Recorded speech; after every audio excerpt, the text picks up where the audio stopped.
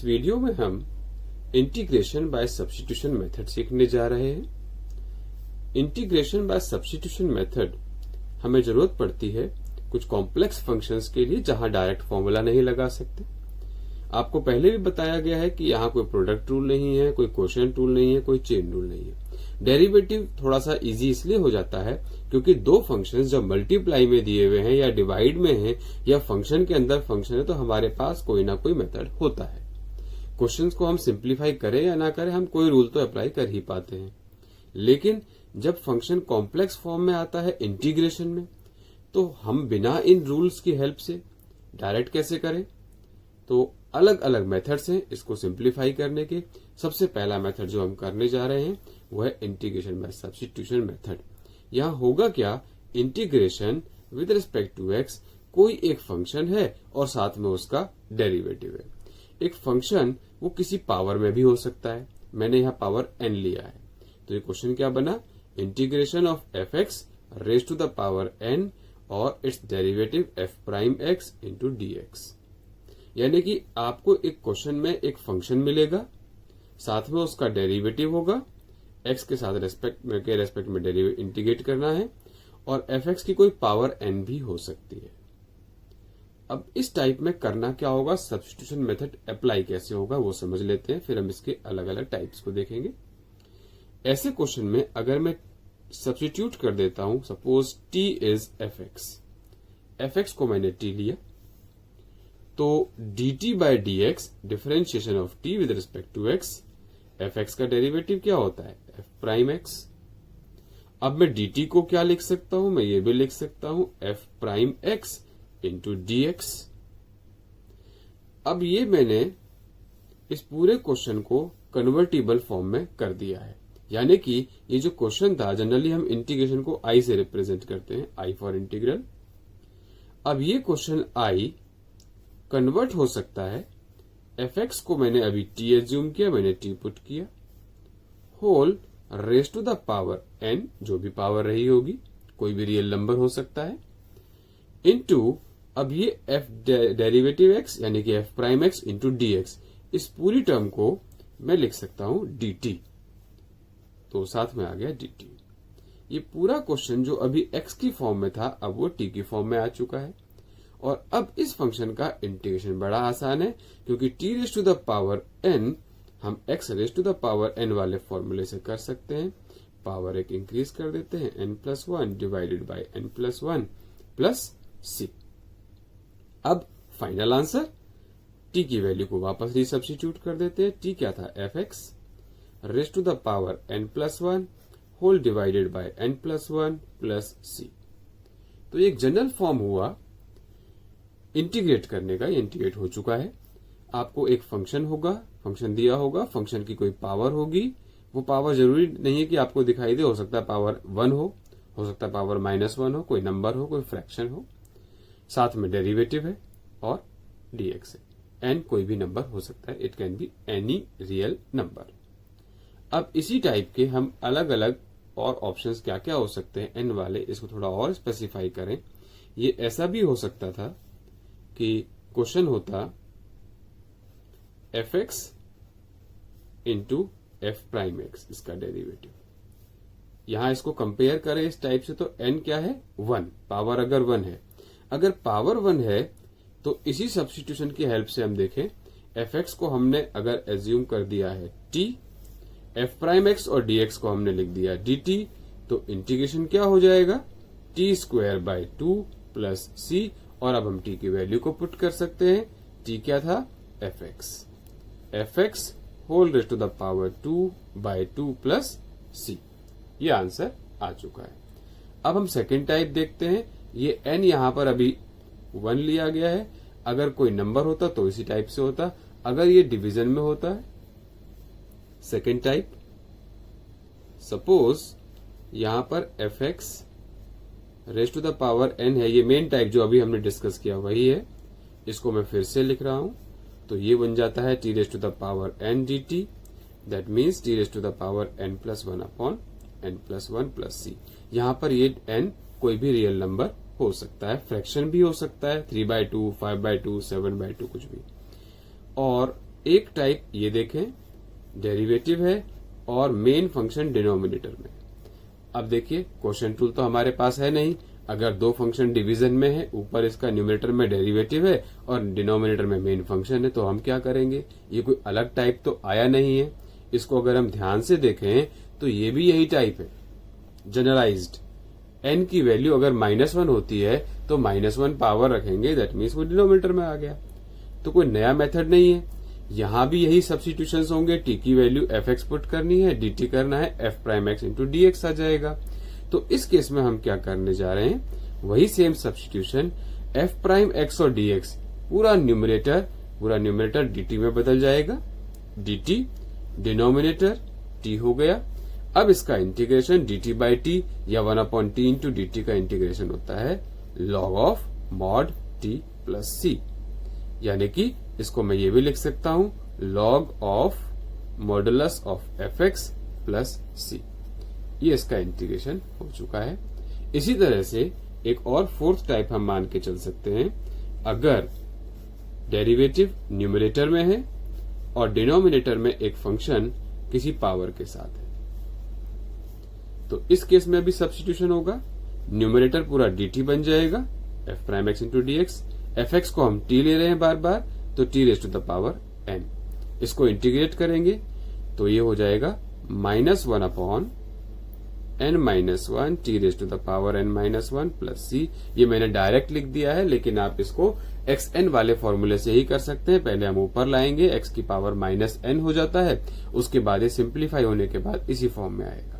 अगर डिनोमिनेटर में power n है तो आप इसको डायरेक्ट फॉर्मूले को भी लर्न कर सकते हैं। अदरवाइज ये कोई नया फॉर्मूला नहीं है, ये इसी टाइप से किया गया है। fx raise to the power n plus 1 upon n plus 1। ये जो मेन फॉर्मूला है x raise to the power n या t raise to the power n, इसी फॉर्मूले से डेराइव किया गया है। कोई नया तरीका नहीं है, कोई नया मेथड नहीं है। तो अब आप समझ सकते हैं कि ये हम यहाँ t की वैल्यू को पुट कर देंगे। ये जो चार टाइप आए हैं अलग अलग, देखने में चार अलग अलग टाइप हैं, चारों के अलग अलग फॉर्म में आंसर आ रहे हैं, लेकिन ये सब एक ही जैसे हैं। आपको हर बार dx के साथ एक डेरिवेटिव मिलेगा और वो मल्टीप्लाई में ही मिलेगा। हर बार dx के साथ मल्टीप्लाई में है। लेकिन जो fx है वो हो सकता है कि पावर 1 के साथ हो, पावर कोई नंबर हो सकता है, -1 पावर हो सकती है, यानी कि डिनोमिनेटर में हो सकता है, या डिनोमिनेटर में कोई और पावर हो सकती है। इन सब का एक ही जनरलाइज्ड फॉर्म है, एक ही तरीके से करना है। और वो तरीका क्या होगा? जो भी फंक्शन है हम उसको t ले लेंगे, मेन फंक्शन हमें आइडेंटिफाई करना होगा कि मेन फंक्शन क्या है और डेरिवेटिव क्या है। मेन फंक्शन को हमें t लेना है और उसको डिफरेंशिएट करना है। ये वर्किंग हमें क्वेश्चन में करके दिखानी होगी और फिर इसको इंटीग्रेट कर देंगे। एक फिफ्थ टाइप और आता है, इसको हम अभी मैं मेंशन कर देता हूं, हम डिटेल में बाद में करेंगे। मान लीजिए एक फंक्शन है और वो फंक्शन कोई p की फॉर्म में है, p ऑफ x ना होकर p ऑफ fx है, और इसी के साथ में इसका डेरिवेटिव आ गया मल्टीप्लाई में dx। सब्स्टिट्यूशन अगर हम सेम रखते हैं तो p ऑफ t और ये पूरा dt बन गया। सब्स्टिट्यूशन सेम रखा गया, fx को t लिया है, तो ये एक नया फंक्शन बन गया है, टाइप नंबर 5। अब ये नया फंक्शन बन गया है, इसको हम किसी फॉर्मूले से सॉल्व कर सकते हैं। इसके जब एग्जांपल्स लेंगे तो आपको और क्लियर होगा। अब टाइप 1 से टाइप 5 तक के एक एक मैं एग्जांपल लेता हूं और उसको हम डिस्कस करते हैं। फर्स्ट टाइप, अगर fx into its derivative into dx है, यानी कि n की वैल्यू अगर 1 है। एग्जाम्पल, क्वेश्चन हो सकता है sin x multiplied by cos x into dx। एक फंक्शन है sin x, साथ में इसका डेरिवेटिव है और dx है। हम यहां पर t ले सकते हैं sin x को, डेरिवेटिव किया dt by dx, sin x का डेरिवेटिव cos x होता है। तो अब हम इससे लिख सकते हैं that dt is cos x into dx। अब इस क्वेश्चन में मुझे ये दो वैल्यूज सब्स्टिट्यूट करनी है, एक t और एक dt को लाना है, cos x dx को हटाना है। क्वेश्चन बन जाता है अब sin x को ले लिया गया t, cos x dx को बना दिया dt। तो अब ये सीधा इंटीग्रेट हो गया, t का इंटीग्रेशन t² बाय 2 प्लस सी, और टी क्या था, साइन एक्स था, sine x whole square divide by 2 plus C. ये फाइनल आंसर आ चुका है। एक और एग्जांपल में ले रहा हूं। सपोज क्वेश्चन में दिया हुआ है 10x into secant square x. यहां देखें तो 10x मेन फंक्शन है और इसका डेरिवेटिव क्या होता है, सेक स्क्वायर एक्स, वो साथ में दिया हुआ है। तो यहां t क्या लेना चाहिए, 10x को। तो t अगर 10x है तो dt क्या बन जाएगा, dt by dx sec square x, फिर dx अगले स्टेप में यहां आ जाएगा, मैंने अब डायरेक्ट लिख दिया dt by dx is sec square x, that means dt is sec square x into dx। अब यहां पर क्वेश्चन t की फॉर्म में आ गया है, t इंटू ये पूरा t था, sec square x dx is dt। t का integration t square by 2 plus c, और t की वैल्यू पुट कर देते हैं, that is tan square x by 2 plus c। अब एक खास बात का ध्यान रखना है, आगे पूरे सब्स्टिट्यूशन में आपको ध्यान रखना होगा कि जैसे हमने यहां सब्स्टिट्यूट किया t और dt, कुछ स्टूडेंट्स क्या करते हैं, इसको पहले फंक्शन को बदलते हैं t में, बाद में डेरिवेटिव dx को हटाते हैं। मतलब कुछ स्टूडेंट ऐसा लिख देते हैं, मैंने 10x को तो लिख दिया t और सेक स्क्वायर एक्स dx को अभी चेंज ही नहीं किया, और अगले स्टेप में अब देखा ये t बन गया, अब इसको dt बना देते हैं। मतलब इन दोनों स्टेप्स के बीच में एक नया स्टेप ये वाला इंसर्ट कर देते हैं बच्चे। इसमें ये गलती है, technically this is not correct. Why? Because half of the function is in t, half of the function is in x, that is incorrect way of expressing. ऐसा आप कभी नहीं करेंगे कि आपका आधा फंक्शन t में कन्वर्ट हो गया है और आधा अभी भी x या dx की फॉर्म में है। ये एक गलत स्टेप है, इसे हम यूज नहीं करेंगे, ऐसा आपको कभी नहीं करना है। ध्यान रखेंगे, जब भी हम एक फंक्शन को, क्वेश्चन को कन्वर्ट कर रहे हैं, सब्स्टिट्यूट कर रहे हैं, तो पूरा का पूरा क्वेश्चन एक साथ एक ही स्टेप में t और dt फॉर्म में आएगा। आधा फंक्शन t में और आधा x में रह जाए, ऐसा कभी नहीं होगा।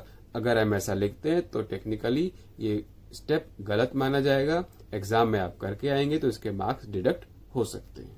इस बात का ध्यान रखना है, बहुत इंपॉर्टेंट बात है। तो ये पहला टाइप हो गया, fx dx था, उसके साथ कोई फंक्शन था। सेकेंड टाइप मैं अब डिस्कस कर रहा हूं। अगर मान लीजिए एक फंक्शन है और इसकी कोई पावर है n और into F dash x. Example इसका लेते हैं। एग्जाम्पल के लिए मान लीजिए क्वेश्चन है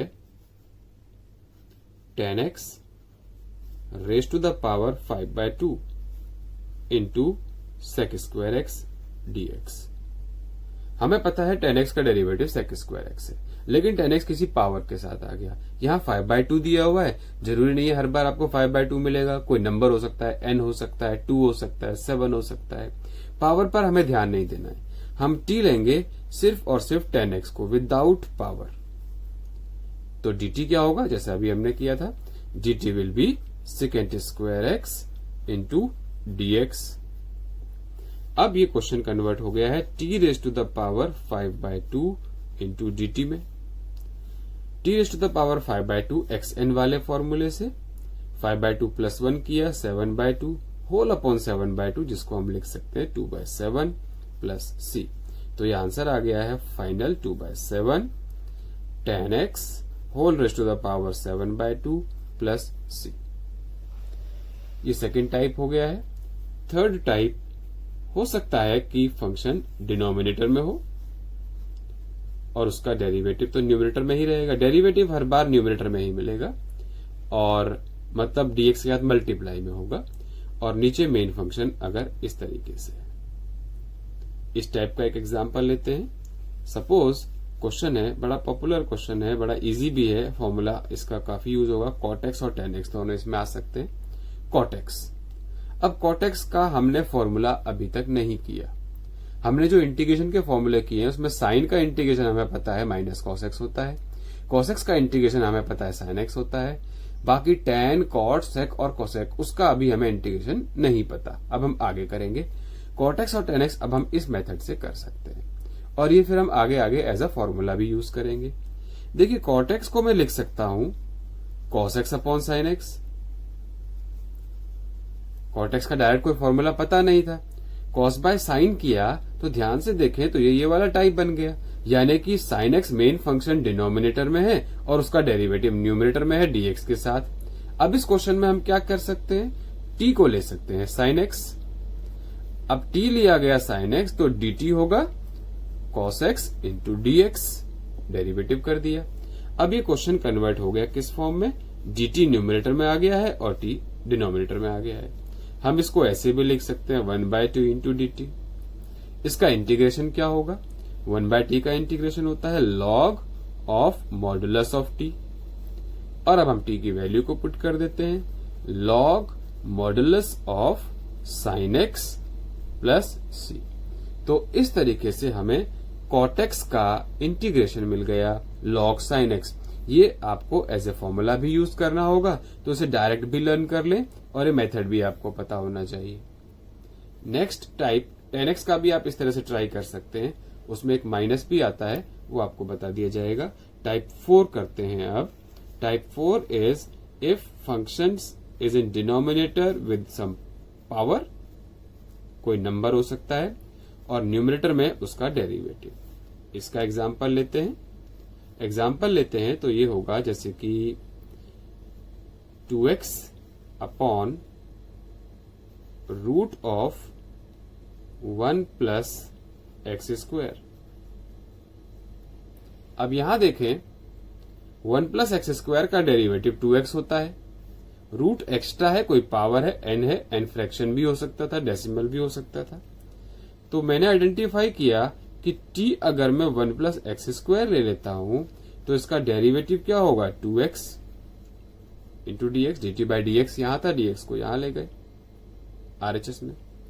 अभी पूरा 2x dx कन्वर्ट हो गया dt में, नीचे क्या आ चुका है रूट ऑफ t, और रूट ऑफ t का इंटीग्रेशन क्या होता है 2 रूट t प्लस c। तो finally answer is 2 root of 1 plus x square plus सी।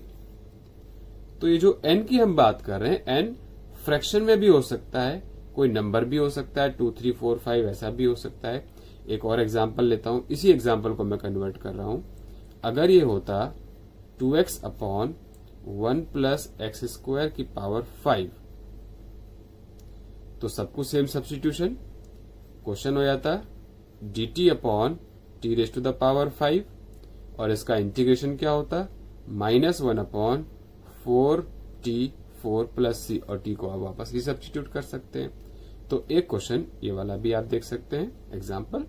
इस तरह से n कोई भी नंबर है, नेगेटिव पावर, फ्रैक्शनल पावर, या सिंपल -1 पावर, कोई number in numerator with fraction power और एनी नंबर 2, 3, 4, 5, 6, 7 कुछ भी हो सकता है, या single function without single power, मतलब कोई नंबर है सिर्फ 1 है।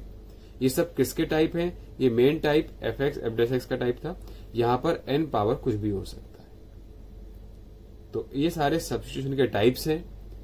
हमें हर क्वेश्चन में आइडेंटिफाई करना होगा कि हमारा फंक्शन क्या है और उसका डेरिवेटिव कहां है, क्या ये कन्वर्टिबल है।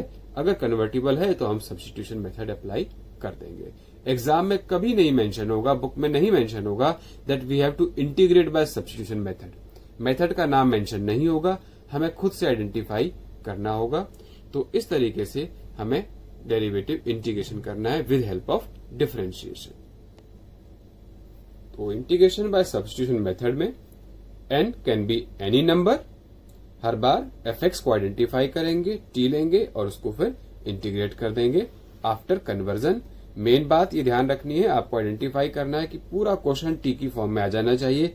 एक साथ पूरा क्वेश्चन t और dt में कन्वर्ट किया जाएगा, और जितने भी टाइप्स हैं वो पावर कुछ भी हो सकती है, पावर 1 हो सकती है, n हो सकता है, अपॉन में डिनोमिनेटर में हो सकता है, डिनोमिनेटर में कोई नंबर हो सकता है, या किसी फंक्शन के अंदर फंक्शन हो सकता है। ये टाइप अभी हमने डिस्कस नहीं किया, इसको हम आगे करेंगे। और इसमें आपको ध्यान रखना है फंक्शन के अंदर अगर फंक्शन है तो भी हम इसको सॉल्व कर सकते हैं। टाइप 5 का मैं एक एग्जांपल बता ही देता हूं। एग्जांपल ऑफ टाइप 5, मान लीजिए क्वेश्चन है sine of cos x into sine x dx.